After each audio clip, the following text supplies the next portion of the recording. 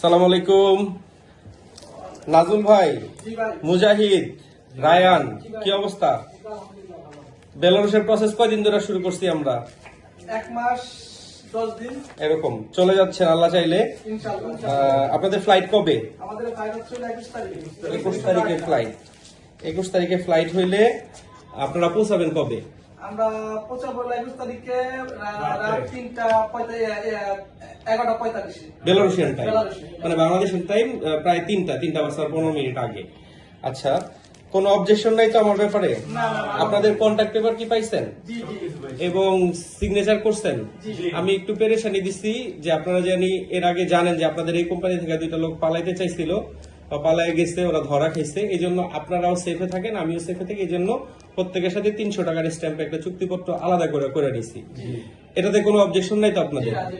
আচ্ছা, এখন আল্লাহ ভরসা আপনারা যান, ঠিকঠাক মতো বেতন পাইলে ওই জায়গায় যায় যদি সবকিছু ঠিকঠাক মতো হয়, ভিসা পাবেন 1 বছরের।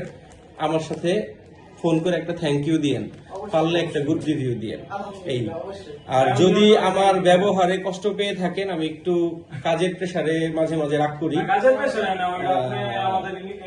এবং আমি কিন্তু সবাই আপন মনে করে কথা বলি।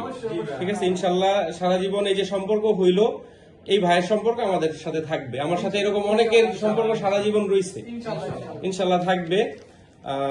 ঠিক আছে, আমার প্রতিষ্ঠানের নাম কি? গাইডেন্স কনসালটেন্সি নাকি? মনে আছে তো?